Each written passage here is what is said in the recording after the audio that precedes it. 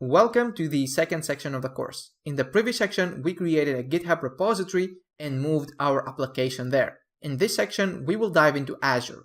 We won't be working with app servers just yet, but we will be setting things up for our transition. Let us now review what you will be learning in this section. We will begin with creating a new account. If you don't have an account, now it's the time to create one. After creating the account, we will have a tour of the Azure dashboard.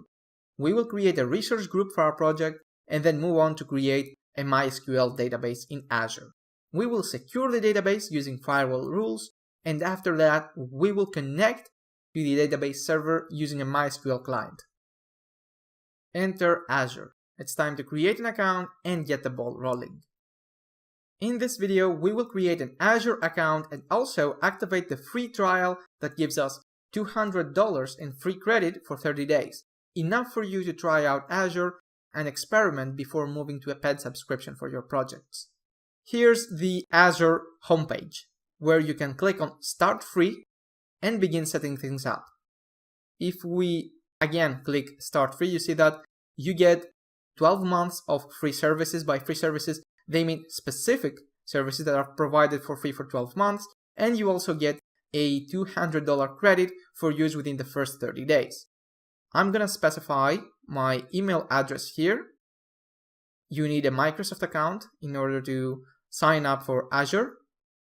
Then you can provide the password. Make sure that this password is something very strong.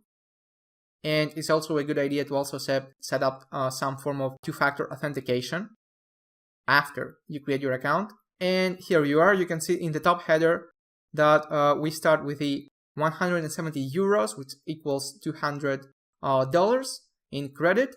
That's because my currency is euro, my country's currency. That's why the $200 credit changed to 150 euros.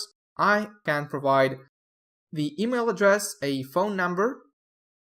Let's ignore this company VAT ID. Then you have to prove your identity over phone.